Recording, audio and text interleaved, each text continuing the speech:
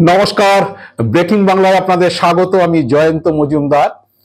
এবার শুভেন্দু অধিকারীর গড়ে থাবা বসালেন দিলীপ ঘোষ, মানে বুধবার দিন গণেশ পুজোর দিন। আমি আসছি সে বিষয়ে।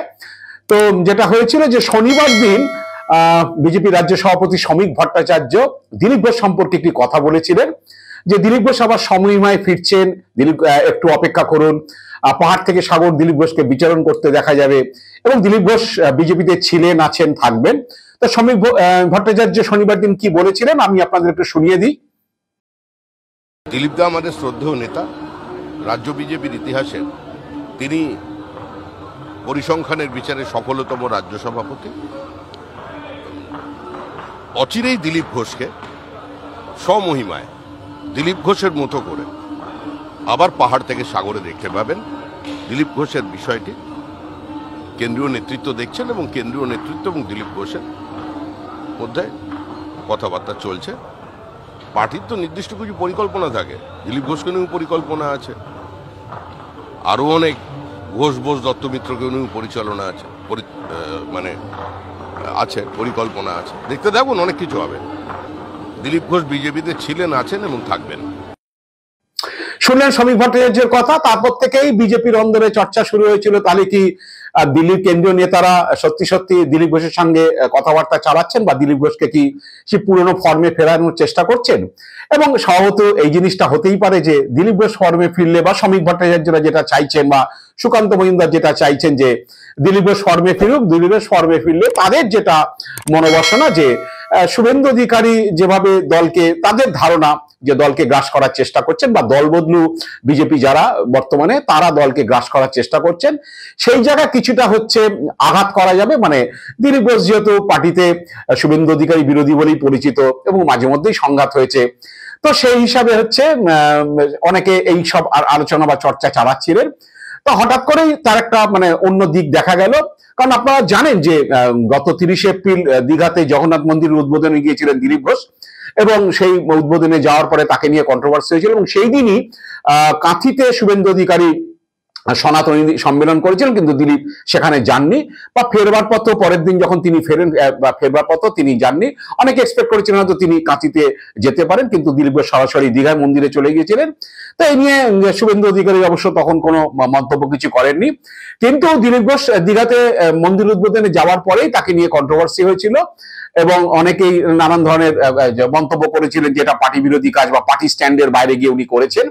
পরের দিন দিলীপ ঘোষ যে কিন্তু নাম না করে বেশ কিছু নেতার হচ্ছে সম্পর্কে মন্তব্য করেছিলেন এবং সেগুলো সব কড়া কড়া মন্তব্য, এবং অনেকে মনে করেছেন যে শুভেন্দু অধিকারীকেই নাম না করে তিনি মন্তব্য করেছিলেন এবং মমতা বন্দ্যোপাধ্যায়কে জড়িয়ে সেই মন্তব্যগুলো করা হয়েছিল। তো যাই হোক, সেটার পরে দিলীপ ঘোষ যখন সে দীঘা থেকে ফিরছিলেন, তার ইয়েতে কি বলে মেচেদাতে একটি চা চক্র করার কথা ছিল। সেই চা চক্রে যখন দিলীপ ঘোষ করতে যাবেন সেই সময় বেশ কিছু বিজেপি সমর্থক, অনেকেই বলেন যে তারা নাকি শুভেন্দু অধিকারীর অনুগামী, তারা দিলীপ ঘোষকে বিক্ষোভ দেখিয়েছিলেন। দিলীপ ঘোষ এক পার্টি সমর্থকের বাড়িতে চলে গিয়েছিলেন এবং সেখানে গিয়ে নাম না করে আরো বেশি কড়া কড়া কথা বলেছিলেন বিভিন্ন নেতা সম্পর্কে। তো সেইটার পরে দিলীপ ঘোষ যেটা হয়েছিল যে আর গত 4 মাস ধরে প্রায় তিনি আর পূর্ব মেদিনীপুরে যাচ্ছেন না। বিভিন্ন জায়গা তিনি যেতেন, কর্মীরা ডাকলে সেখানে যেতেন, কোনো অনুষ্ঠান, সামাজিক অনুষ্ঠানে সবে গিয়েছেন, মন্দিরে গিয়েছেন। পশ্চিম মেদিনীপুরে প্রায়শই যেতেন, চা চক্র করেছেন বিভিন্ন জেলাতে তিনি গিয়ে, দুর্গাপুরে গিয়েছেন, মেদিনীপুরে, নদিয়াতে গিয়েছেন, হুগলিতে গিয়েছেন, কিন্তু পূর্ব মেদিনীপুরে গিয়েছেন সেটা দেখা যায়নি। তো দেখা গেল বুধবার দিন গণেশ পুজোর উদ্বোধনের দিন দিলীপ ঘোষ একেবারে শুভেন্দু অধিকারীর গড় পূর্ব মেদিনীপুরে কাঁথিতে চলে গেলেন। সেখানে তিনি নবতরুণ সংঘের গণেশ পুজোর উদ্বোধন করেছেন, যদিও উদ্বোধনের পর তিনি রাজনৈতিক বক্তব্য কিছু রাখেননি। ওই ভালো বৃষ্টি হয়েছে, এবার চাষ ভালো হয়েছে, কাঁথিতে বিশ্বকর্মা পুজো ভালো হয়, আপনারা ভালো করে কি বলে থাকুন, ভালো গণেশ পুজো সামনে, দুর্গা পুজো আসছে, মা দুর্গার কাছে কি বলে প্রার্থনা করি, গণেশ ঠাকুরের কাছে প্রার্থনা করি যদি এবছর আগামী 4 মাস ভালো যায়, এই সব ধরনের কথাবার্তা বলেছেন। তা দিলীপ ঘোষের সেই প্রোগ্রামে দেখা গিয়েছে যে পুরনো বিজেপি কর্মীরা অনেকে হাজির হয়েছিলেন, কিন্তু দলবদলুদের দেখা যায়নি। দলবদলু বিজেপি যারা আছেন তাদের খুব একটা দেখা যায়নি।